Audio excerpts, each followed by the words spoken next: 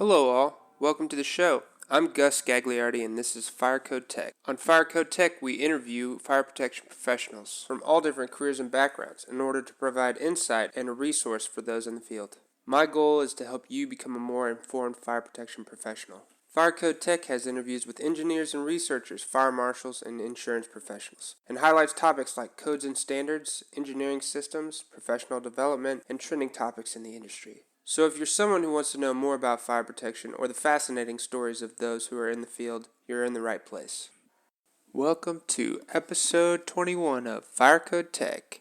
On today's episode, we have Jonathan Bernal.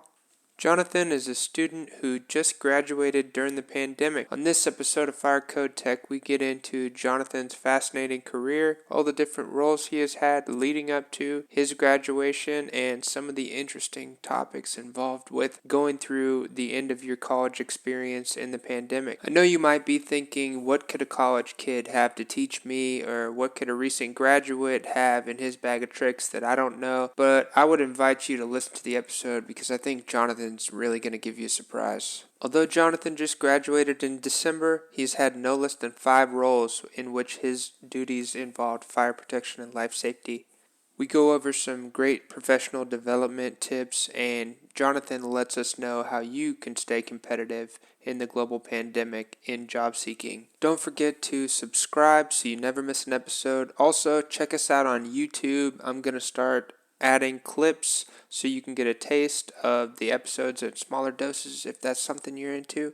And follow us on social media so you can see all the resources that we post. Let's dive in. Well, Jonathan, thank you for coming on the show. Welcome to Fire Code Tech. Absolutely. Thank you for having me. I'm really excited. Really excited that we're able to do this today. Yeah, me too. Me too. So, yeah, I just wanted to get things kicked off with telling people a little bit about your background and how you found fire safety. Absolutely. So, to me, the way I first see it is I started off as a volunteer firefighter in Long Island, New York. And when you join the volunteer fire department, they're required to go to the fire academy. So I went, and I didn't really know what to expect. I didn't have anyone in my family who's ever been in anything fire related. So I went to the academy and actually got to learn about fire science. That's what initially I want to say sparked my interest into the science of fire and the fire phenomenon. And I did that I did the volunteer fire department thing for about 3 years. And eventually what happened was I kept waking up 3 o'clock in the morning to false alarm. Especially in the volunteer environment, our house particularly, we didn't really have like a shift. So it's like I'm leaving my house at 3 o'clock in the morning to rush to the firehouse, to get changed, to rush to a false alarm. And eventually I told myself, I was like, what is causing these alarms? So I went on Craigslist. I looked for a job opening. I just typed in fire alarm and I sent my resume to 2 places. And one place called me back and was like, yeah, we'll hire you. And then eventually, after I got involved with fire alarm systems, I eventually wanted to start getting more involved. I just wanted to do more. I wanted to get more involved into the engineering side. So that's eventually what led me to seeking a program that had all those things. That's fascinating, Jonathan. Yeah, I got a funny story about how we met. I remember I was at a joint SFPE meeting for, they were giving out awards for the students, and I was part of the professional chapter, and I was up at Oklahoma State. You had won one of the awards for the scholarships that we were giving out that year, Yeah, I and remember. I so remember. Yeah.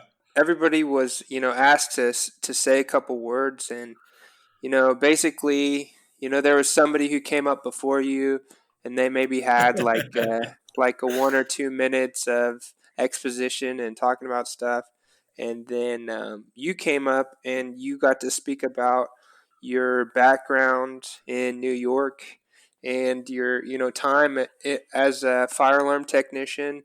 And I was just blown away. And you were dressed to the nines. You were dressed up in a suit, and I was like, man, this guy has got it going on. He is not some, teenager who's struggling to find himself in, as you were accepting this award. And so like immediately I was impressed with you, and really I tell that story to say, I'd love to hear more about your fire alarm technician days, because I know that you're selling yourself short by just saying you got involved you got involved in fire alarm technician stuff, and then you wanted to learn more about how systems and get an education. You had a very unique intro into your career. So yeah, I'd love to hear more about your time in New York. Yeah, I appreciate that. I remember that event exactly. It was my first semester, I think, at OSU. It was my first year at OSU, and I was told I was going to win the award. So I had emailed Dr. Charter, Virginia Charter, and I was like, "Hey, am I supposed to do like a PowerPoint?" Because to me, that was the standard. Anytime you give a presentation, it's like PowerPoint, PowerPoint, PowerPoint. And she was like, "Yeah, go for it." And I felt so bad because like the other recipients like didn't do a PowerPoint, and I didn't want to do it, and she was like, "Just do it anyways." But yeah, definitely. So when I started off as a fire alarm technician, I started off as a helper. Making $10 an hour and just really learning as much as I could. And between working for one company called New York City Alarms as a helper, doing $10 an hour, within my first year, I had switched to a few different companies for just a few different reasons. Eventually, I landed at DJ Security Systems. And within my first year, I actually doubled my salary. I went from $10 an hour to making $20 an hour. I think a lot of that just, it's not really to brag, but I think it just shows the promise and kind of the vision that company had for me. Within 6 to 8 months of starting off as a fire alarm helper, I became a service technician. I was doing service calls on my own. I was running teams of fire alarm inspections, and I was getting company vehicles. They were giving me company phones. I felt like I was getting a lot of responsibility for someone who was just fairly very new to the industry. And mind you, I have no electrical trade school experience. So anything electronics wise is very, very much limited to my low voltage fire alarm experience.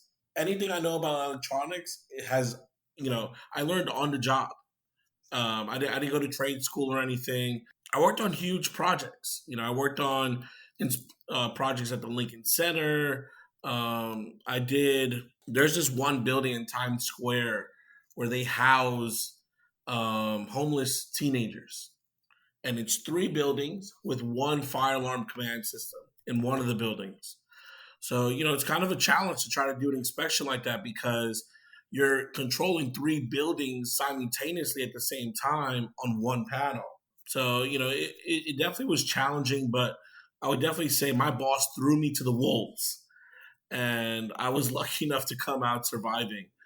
And that's kind of, I'd say the gist of the fire alarm experience. Sure, that's awesome. That's extremely compelling. Hearing you talk about your time in New York, and yeah, I was just immediately very impressed with you, and I was like, Jonathan did it exactly the right way, and I didn't think it was strange or awkward at the time at all. I just had the thought, I was like, man, this is kind of like what more I was expecting, and there was no like strict guidelines that we gave people for accepting the reward or whatever. But Right. no, I thought you just knocked it out of the park, and you immediately made an indelible mark on my mind about your character and your ability. So I was thinking that that was I appreciate that. definitely the right choice. So Thank you so much. Thank you. for those who don't know about where you're at in your career, and I just wanted to talk a little bit about your time at Oklahoma State in the Fire Protection and Safety Technology program, and give people a sense of, your time at OSU. Yeah, absolutely. Well, I will tell you this. In high school, I was not the student I am today. Um, and that being said, when I came back to college at the age of 26, I wanted to kind of make up for that. So I was never involved in like student government, student organizations, any clubs at school. I did sports, but it's not the same. And well, that was one big thing, especially when I came back to school and I was at OSU. I got heavily involved in student organizations. I think like my first semester there, I was in like 8 different organizations. Outside of the benefit of getting free food when you attend the meetings, I just wanted to get involved. I wanted to see, what organizations I clicked with, what I thought was going to be best for me professionally and socially. So I got very involved at OSU. I got to get involved with administration and making policy changes, which I was happy about. But other than that, I mean, it's that's one thing about going to school at OSU is I'd say the degree in engineering is very breathable. You can like do engineering and still have a life. It's which I wouldn't say it's always the case for some other schools. So, for those who aren't, particularly familiar, the fire protection program, I'd say the first 2 years, freshman, sophomore, is very hands-on and big picture oriented. Then you go on to your junior, senior year, and it's more detailed and technical. And I definitely feel like the pedigree of the degree has gone up since I arrived.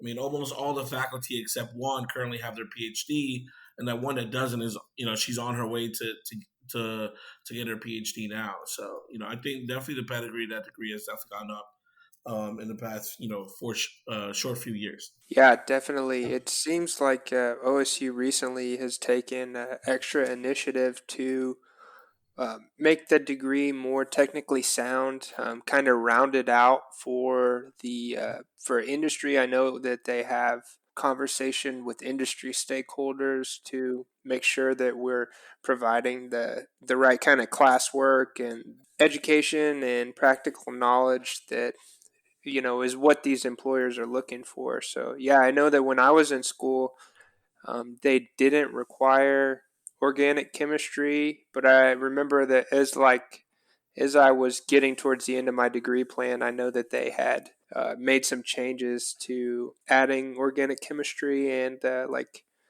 some higher engineering maths as well. So it seems like they are trying to make the degree more technically sound. I agree with you in that regard. So that's awesome. Yeah, I'm a big fan of the OK State program. So yeah, I just like talking with you about that. But no gun to you on this one. But I just wanted to get a sense of everybody kind of has a class or a subject that they're more drawn to. I mean, for me, I really enjoyed sprinklers and hydraulics for my time at OK State. But yeah, I just wanted to get a sense of for where you are now and for where you want to go. What kind of coursework did you enjoy when you were at OSU, or what was one of the subjects that you were most interested in? Definitely, definitely. Top of the head, I'm going to have to say fire dynamics. Just to me, it was like the most science and math based class. It just made the most sense to me. And I think for me, I like when I first got into to engineering, I was like, well, I want to learn like what are the equations, behind fire because it's such a phenomenon. And for me, that's what interested me. Understanding the units behind the energy, behind energy and fire. But at the same time, a lot of my classmates did not enjoy fire dynamics as much as I did, uh, which was a little unfortunate. For sure, yeah. Yeah, that's got to be one of the hardest class in the degree, without a doubt. I know that as far as just the calculations involved, and there's a lot of vocabulary, and it's pretty intense one. But that's pretty neat that you like that. Looking back on my time at Oklahoma State and just have taken and passed the professional engineering exam in believe it was 2019, but there Nice, was a congrats. lot. Yeah, thank you. There's a lot of questions that pertain to fire dynamics in the fire protection engineering exam. I'd say it was like pretty substantial portion of the exam, like 20+% or were these fire phenomenon, fire dynamics question.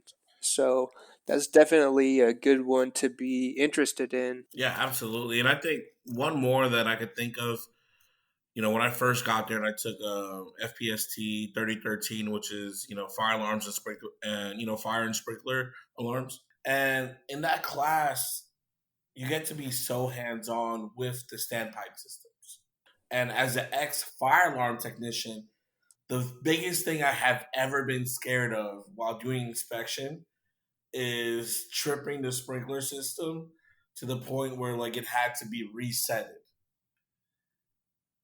And the fact that I was able to put my hands on a standpipe, take it apart, reset the valve, when it comes to the drive valves, to me that was, and to me my money felt great putting it into the program as soon as I was able to learn about doing that. I think that for, any individual getting involved in fire protection technology, like the technology or the system side of things, it's a lot to take in for, to understand the components of a wet pipe sprinkler valve or the components of a, dry pipe deluge pre-action systems. And so Mm-hmm. to have that lab where you Oh, can put your hands on the nuts and bolts of it. I worked for a time at a fire suppression contracting company, and yeah, I could see immediately that heads up knowledge of the system and its component architecture was invaluable. yeah, absolutely.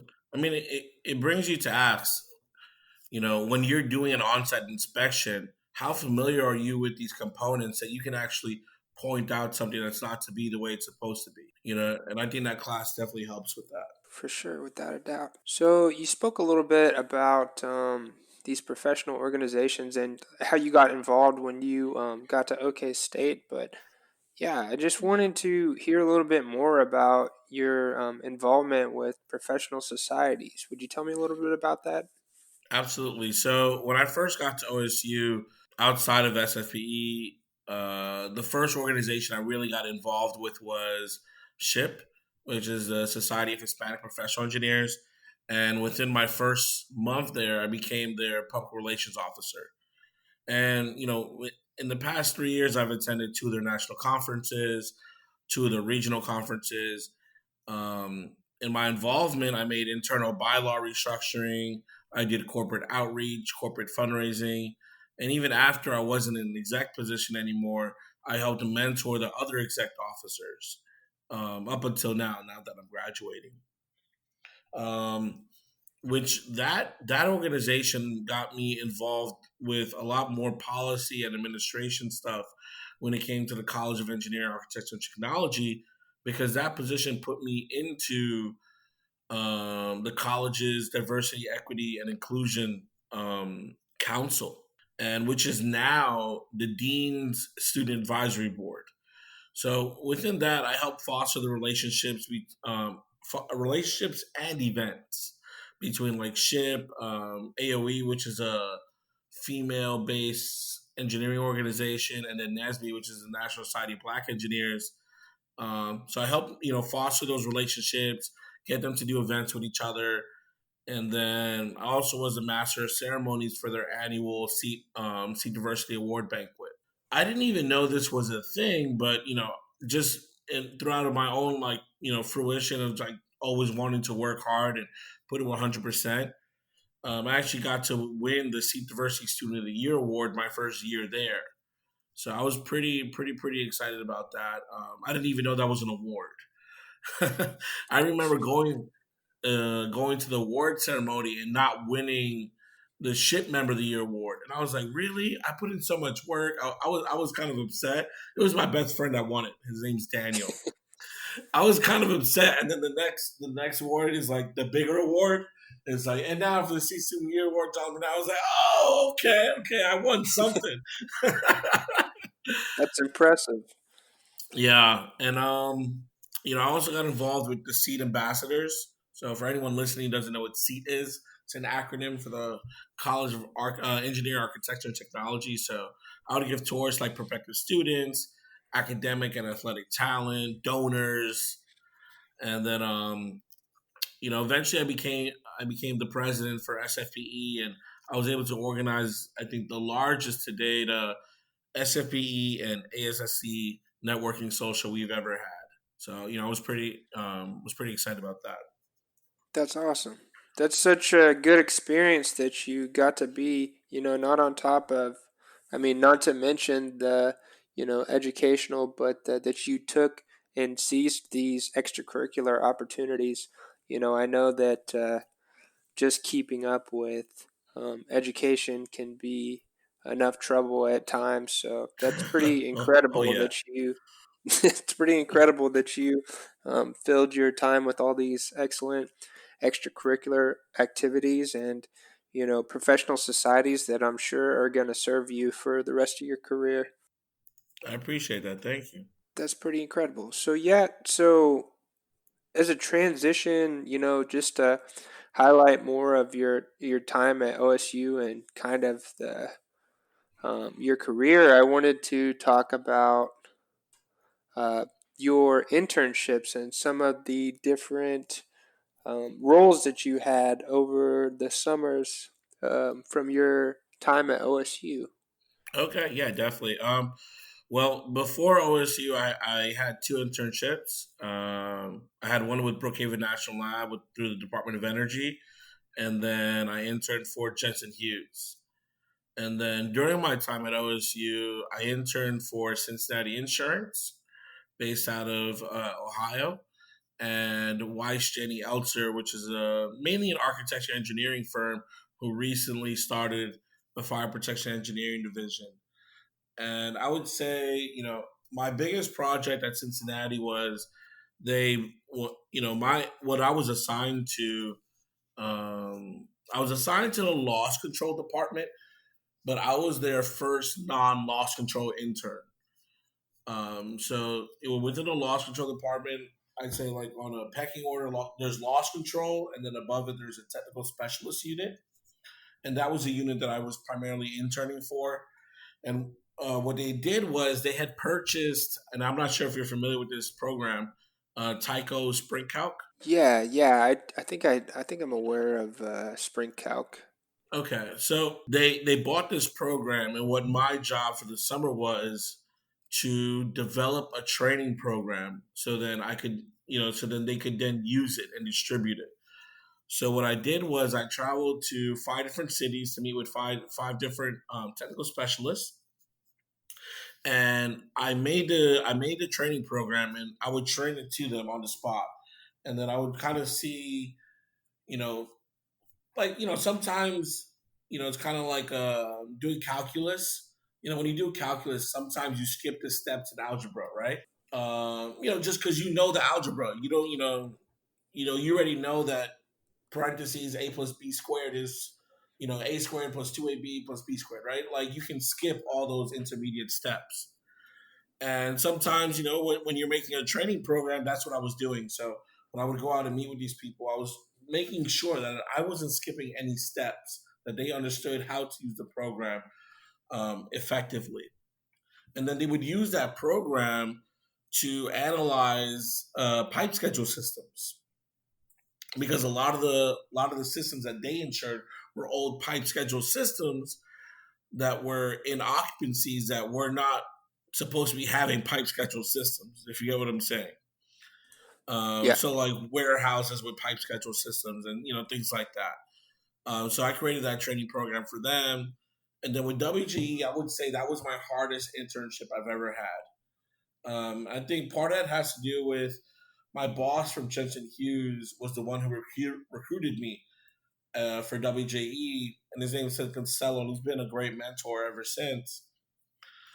He gave me a lot of challenging projects, and I think, just because he trusted me to do them, and I got to work on like safety designs, um, egress and occupant load calculations when I haven't even taken life safety yet. That was the crazy part for me. I worked on Man. egress planning for like a mass timber residence. I worked on federal facilities. I designed a fire alarm system by myself which was the hard part was they didn't have like a template at that time for CAD work. So it was like I was making all those symbols from scratch, and so it was a pretty interesting internships that I feel really got me prepared. For for when I'm about to start working, and hopefully the next month or so. Man, that's incredible. You have really run the gambit of different roles. You not only got to work for a pretty big architecture and engineering firm, a couple. I mean, Jensen Hughes. I mean, they got to be the biggest the biggest name in the game when it comes to just fire protection in Yeah. the United States. They are absolute titan. Oh And yeah. then WJE, I mean, there's some definite members in that company that they are heavily involved in, like SFPE and NFPA, and so well connected people as well there. So that's pretty incredible. I liked when you were talking about the analyzing the pipe schedule systems because yeah, I mean you run into these systems and they can be grandfathered in, and you wonder how well pipe schedule really does because you're so used to seeing everything hydraulically calculated these days. Right. Um, yeah, interesting design uh, challenge I ran into recently was somebody was a client was wanted us to analyze the possibility of installing a new pipe schedule system for a new facility, which is something that we would, generally never even think of as an option. We're so used to doing hydraulic because of the competitiveness of the, pipe sizing and valve sizing and all that. Yeah. But yeah, I don't know. I think so. I think it's an interesting topic you bring up, and that's pretty incredible that you got to. Man, you just had a really wide range of experiences. That's awesome. Thank you. Thank you. Yeah. One of the things with that was, we were trying to use that program to analyze to see is if we did have a pipe schedule system in place, could we replace the K 5.6 heads with the next one? What's the next K? 8.6? K8, Yeah, eight K8s. point zero. So the issue is the 5.6s are on a half inch, right? On a half inch threaded. So the Yeah. idea was to cap it, install a mechanical T right next to it, and then put a 3/4 inch. Mm, And that was one of the things that we trying to see if it still met the hydraulic requirement, the math.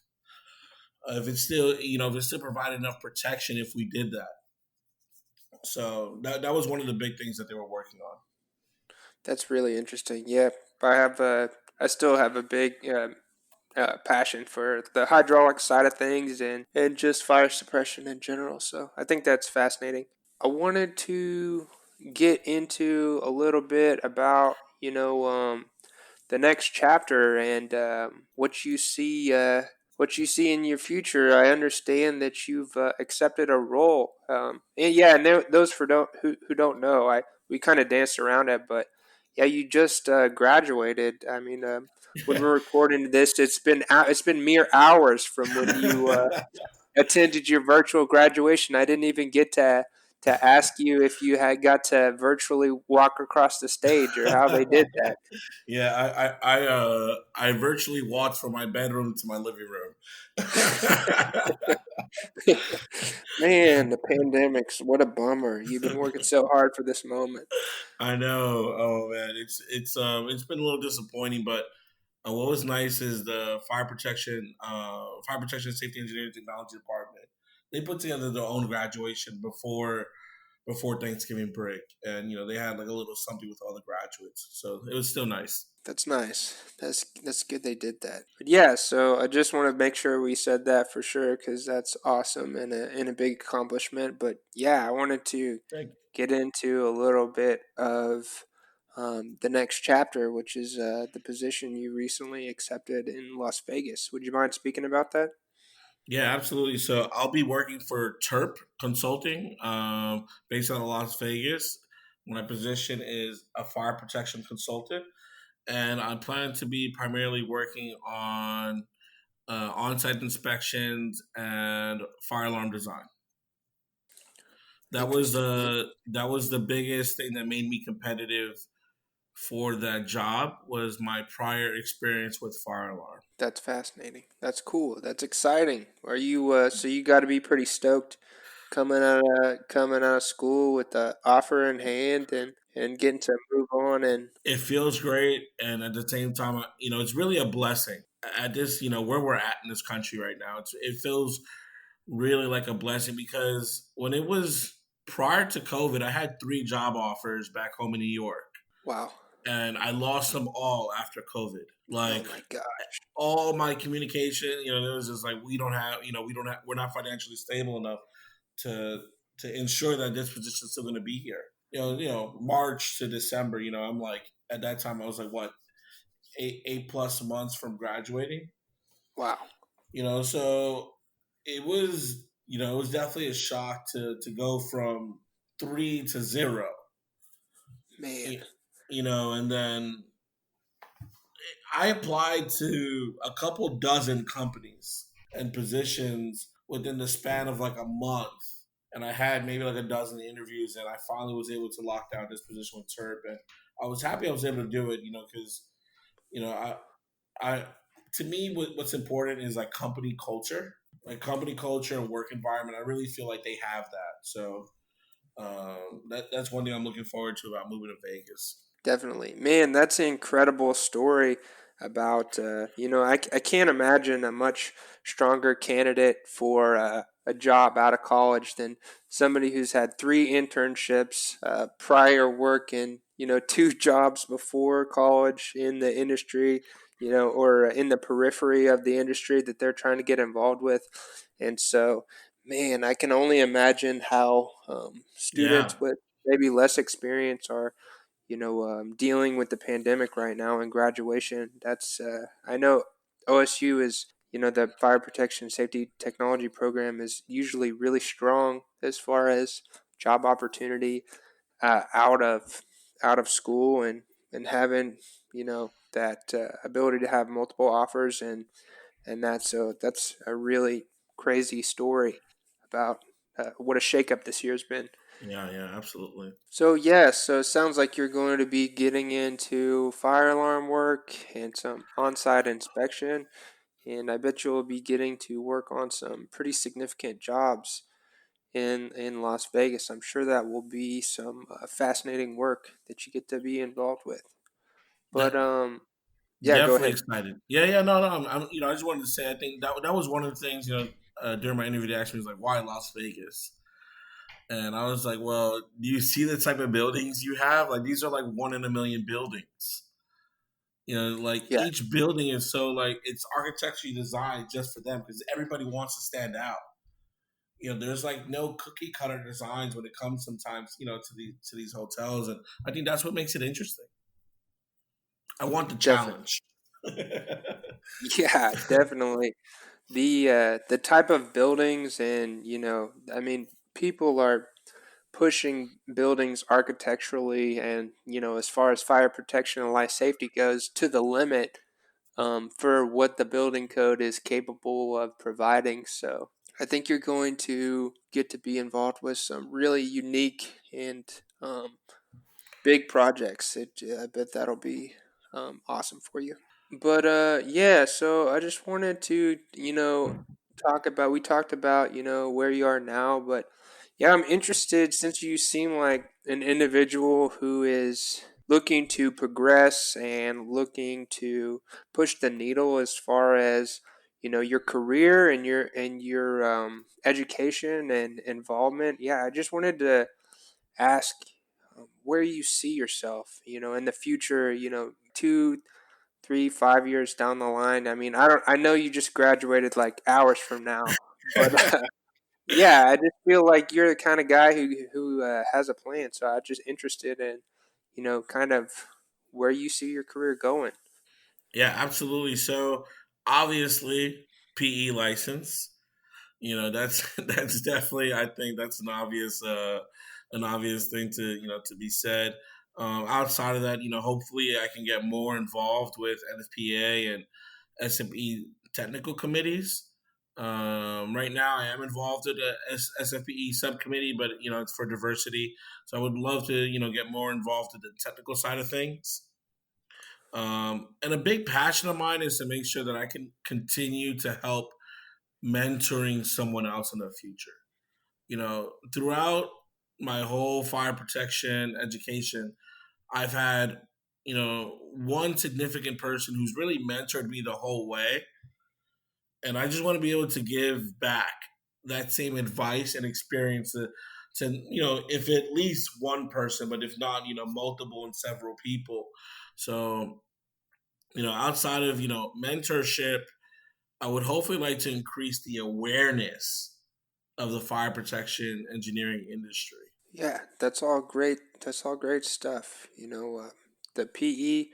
I'm sure I didn't know. Have you taken your FE or gotten into that business yet? I did. Yeah, I just paid for it a few weeks ago. I'm gonna take it in June with a Okay, buddy of cool. mine. He's graduating in industrial engineering, and we're both gonna take the industrial engineering one together. Cool. Yeah, that'll be good. That's the Um, plan. yeah, that'll be good. It's best to get it knocked out of the way. It'll be good for your first 6 months of your career for hmm that to be a good goal. But yeah, I might have some tips and tricks for you Okay. Okay. on that back half. But no, I mean, other than setting a routine and trying to look at those courses, they make a lot of courses for those. But yeah, I found that it's hard to stay regimented. When you're trying to also get acclimated to. Mm. I mean, you've had a lot of different job opportunities and worked a lot, so I bet you won't have as much of a hard time acclimating as some fresh college grads do. Out of just getting into the work schedule and that type of pacing. But Yeah, it's definitely different. It's definitely different. But I'll tell you what. I know I left working a 9 to 5 before. I have not missed it so much. I have missed it so much. I personally think school is much, much harder than work. Like I have been looking forward to the day that I can just work, have my job and just work and do what I have to do and not have to focus about taking 6 different courses and, all this other stuff. I'm yeah, really, really looking forward to working. Yeah. yeah, it's interesting because it's definitely a different set of gears to be worried about exams. I feel like when you're studying or getting a degree, you always kind of have this feeling in the back of your head of I should be studying right now, or Yeah. like what homework, and I still will have test nightmares from every once in a while, but from be like I didn't study for that physics test, I'm gonna fail now. But Yeah, definitely. yeah, that's awesome. I think I mean, like, obviously there's plenty to do and plenty to be stressed about, but I think that working a in a, 8 to 5 job is a less stressful. It's more of a routine you can get into and just go in, do good work, come home, kick the shoes off. For somebody, I love that you touched on that mentoring piece about what you want to do with your career. I think that's so important. I think that mentoring is a big learning moment, and management and mentoring is as much a skill as doing the job is. So I love that you touched on that as far as something you're looking to progress in your career. I wanted to ask about, what's a piece of advice that you might have for somebody at a similar stage in their career progression as you? Yeah, definitely. So I think one thing that I use, a tactic that I use that kind of leveraged some of the job opportunities was even though I was probably obviously looking for a full time position, I started off I started off the conversation letting them know I would not be opposed to an internship. And a lot of employers were really taken back by that. And, when they asked me why, I mean, I gave them my perspective. I said, well, if your company cannot financially take me on full time right now, at least hopefully they can take me on financially as an intern.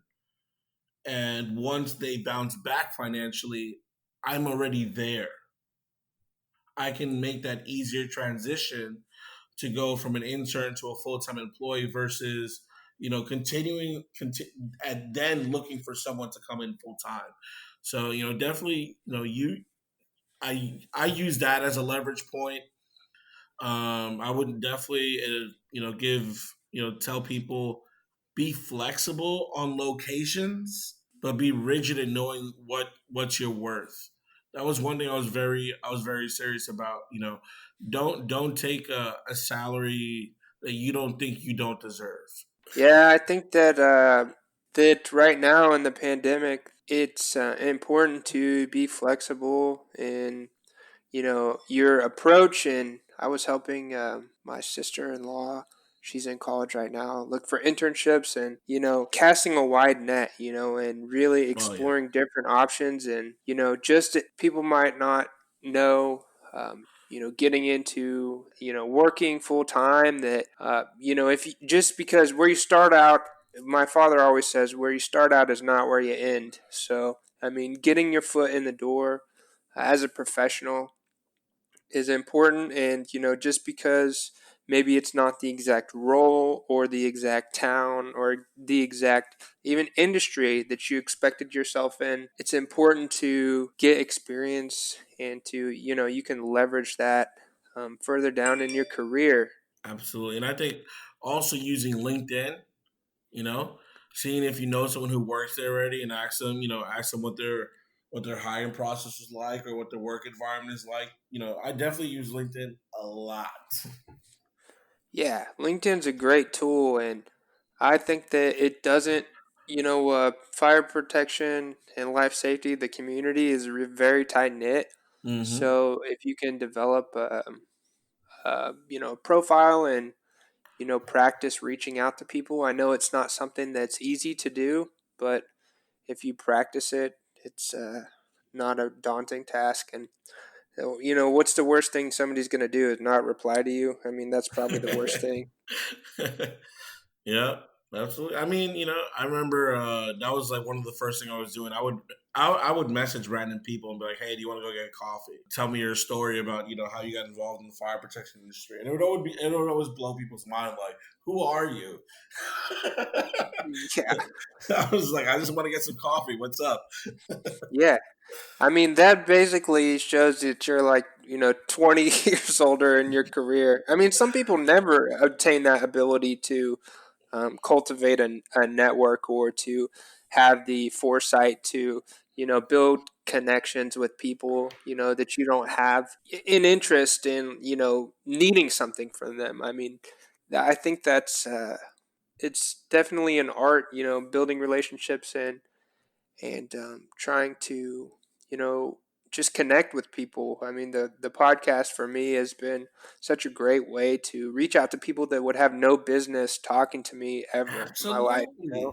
Yeah. Yeah, I just get to shoot people a message, and sometimes I get to talk to somebody with the incredible life story like yourself, and man, it's just been so much fun for me. That's awesome, man. Yeah, awesome. Likewise. So I wanted to get into some more professional development topics, but yeah, I know that you've been mired in school and just trying to make it out alive with a degree and a job. But yeah, I wanted to pick your brain on what you see as a career in fire and life safety, or you could just what's a career in what you've been experiencing lately with the pandemic and with business and jobs and all that. Yeah. I think when it comes to fire protection engineering, and I don't know if you agree with this, and you can tell me if you do.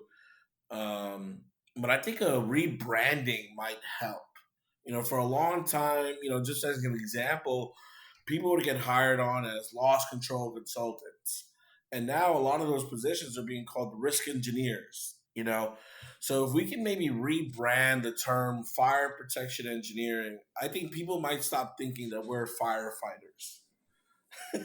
Or Yeah, at least that's the assumption I get every time someone asks me what my major is. They're like, "Oh, so you're gonna be a firefighter?" I'm like, "No, I'm not gonna be a firefighter." yeah, Like, You I know, agree with you. I don't know. What do you think? How can we rebrand the name? I don't know. I have such a hard time. Sometimes I'll talk with people on the podcast and be like, "Oh, you want to call somebody a fire protection engineer or a fire protection professional, but somebody who's in a fire and explosion investigator, they're like, I'm no fire protection professional." Or if you say fire protection engineer to somebody who started off as an electrical engineer and but does fire protection stuff, they don't want to be called fire protection. So it's like I don't know how you encapsulate what we do because it's such a generalist role. And, like the different areas that we get into and the different Right. building systems. I mean, you could only ever deal with the, passive fire protection. All you deal with is UL rated fire barrier and, penetrations and assemblies. And that's a fire protection engineer. Or you could never deal with any of that and you could just be designing sprinkler systems and that's a fire protection engineer and depending on the degree and the licensure and it's like so yeah I don't have the answer but I agree with you we need a better PR plan because fire protection is just kind of in obscurity in a lot of senses so I completely agree. Yeah. So I mean, I think if the industry could fix that, we would be we'll be great. For sure, yeah. Somebody needs to give the industry marketing and PR overhaul. But Oh man. yeah, yeah. So it seems like you have a good like finger on the pulse of like professional development and just kind of like career progression. But yeah, what would you recommend as like a resource or for professionals? I don't know if you have any thoughts on that. I think of two things. Well, one of them is as far as resources. What do you mean, like technical resources? It could be technical resources. It could be I like Do you use I don't know about you, but do you use upcodes? I do use upcodes. I'm a fan of upcodes. I wasn't aware. I think the first one it was a podcast guest that was like, what upcodes was is, and I was like, no, I have no clue. Yeah, I mean, I've used it in class. Like for some of these classes that are like open book and they're about like building code, I'm like, easy, quick. I mean, I love it, and but I mean, outside of that, I think one of the things that I had wished, throughout my time in the industry, as far as like in my internships, is I have not always seen mid and senior level professionals always be open to the entry level people coming in, and I understand why. Yeah, They're afraid they're going to mess it up.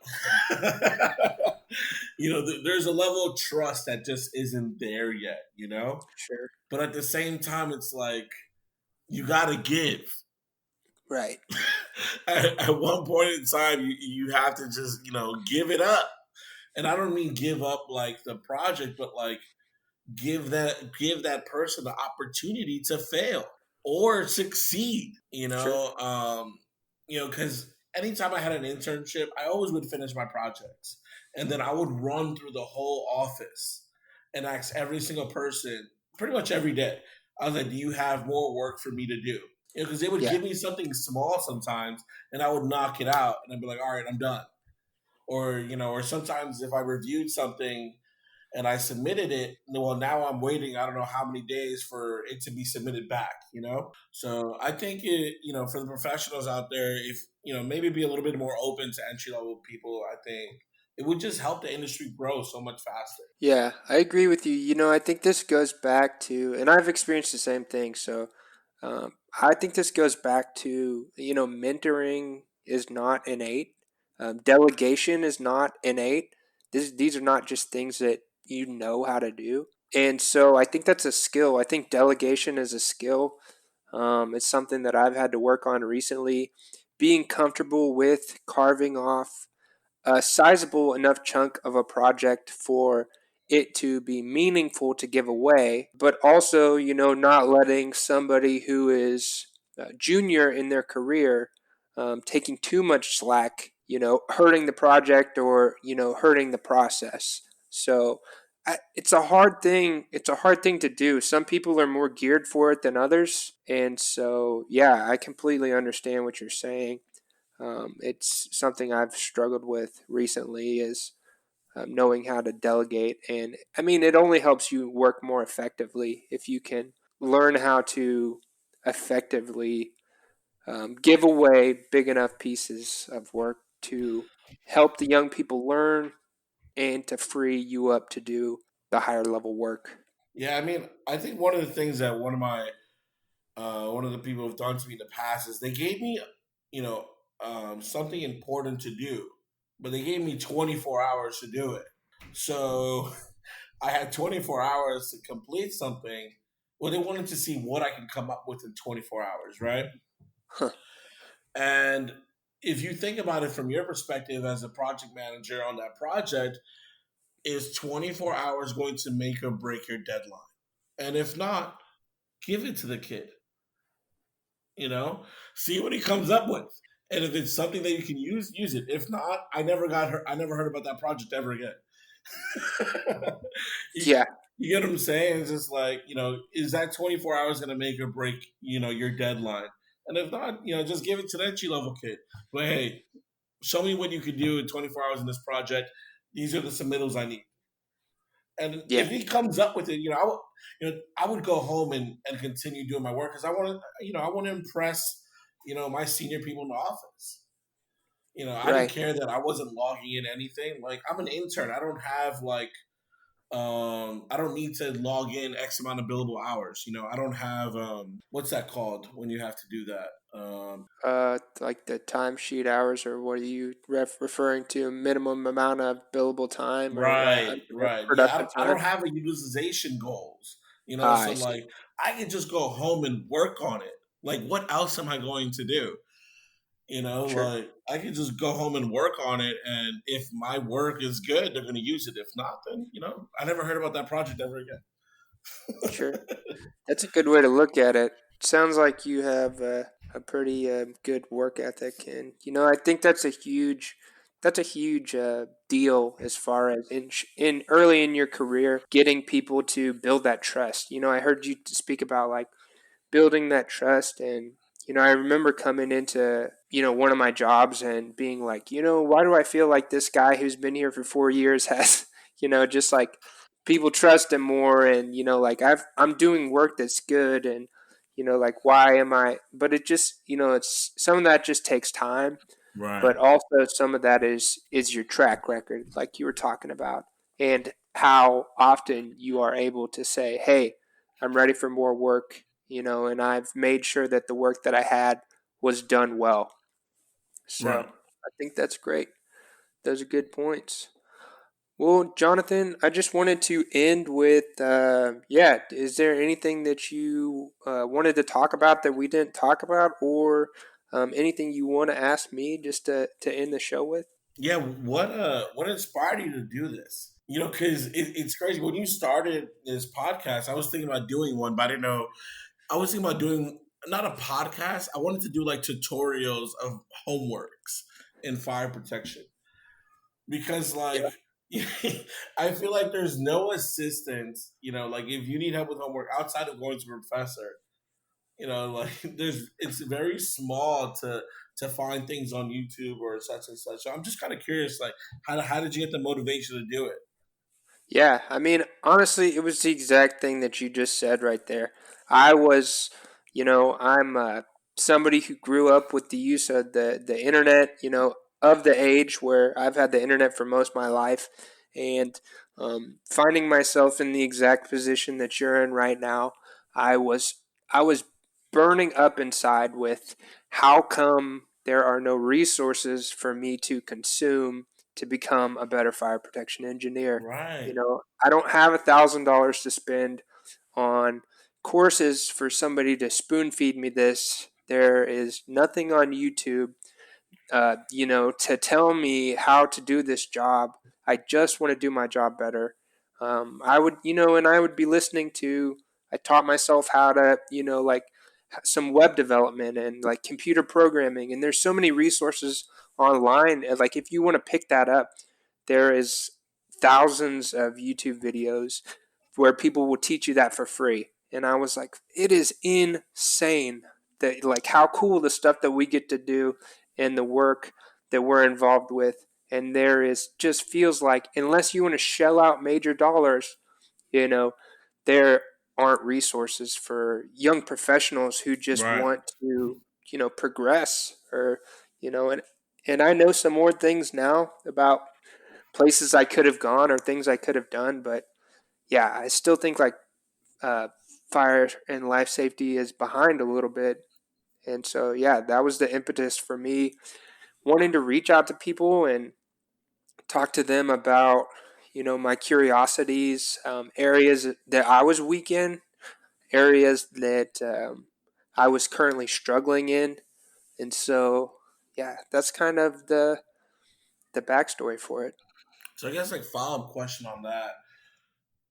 At least for me, I'd say one of my hardest things that uh, I struggled with as a new person to a company is always reports, because like I feel like every company has a different boilerplate of a report. You know, they every company is different in the way that even though they all put the same stuff.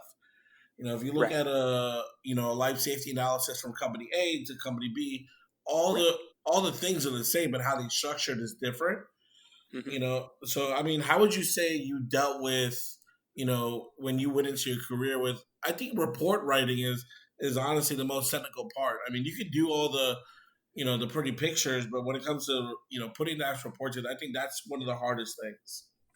Yeah, I would agree with you. You're like writing engineering analysis and like a technical report is something that I've had to do a bunch of recently. We've done a bunch of facility assessments at the company I work now for. Um, and yeah, I mean, like, I'd say the number one best way is like reaching out to somebody who's more experienced than you in the company and being like, hey, do you have a project that fits the same kind of template of work that we're doing in this project? New or existing construction, facilities assessment, these type of systems, and then seeing what kind of verbiage they use, seeing the structure of how they write the report, not trying to reinvent the wheel and just think that you need to be some virtuoso that knows exactly what kind of content needs to be included in one of these reports. Um, I've heard it talked about in like music or in writing. People will take famous composers or famous writers or authors, and they will rewrite their work or redraw the music or different piece of literature. And then they will learn the structures and the kind of thing. So it's kind of that same theory. Take somebody who's done it before, see the composition of it, and it'll be, you'll be like, oh, okay, I need to describe the state of the existing systems. I need to, compare that to X, Y, and Z. I need to, note these type of deficiencies. So that would be my piece of advice for report writing. Nice, awesome, awesome. Well, thanks so much for coming on the show, Jonathan. I just want to say thanks again, and I really enjoyed speaking with you. And yeah, you did great. Thank you, man. It's been a pleasure. I'm looking forward to hearing it so I can share it with everybody. Thanks for listening, everybody. Be sure to share the episode with a friend if you enjoyed it. Don't forget that fire protection and life safety is serious business. The views and opinions expressed on this podcast are by no means a professional consultation or a codes and standards interpretation. Be sure to contact a licensed professional if you are getting involved with fire protection and or life safety. Thanks again, and we'll see you next time.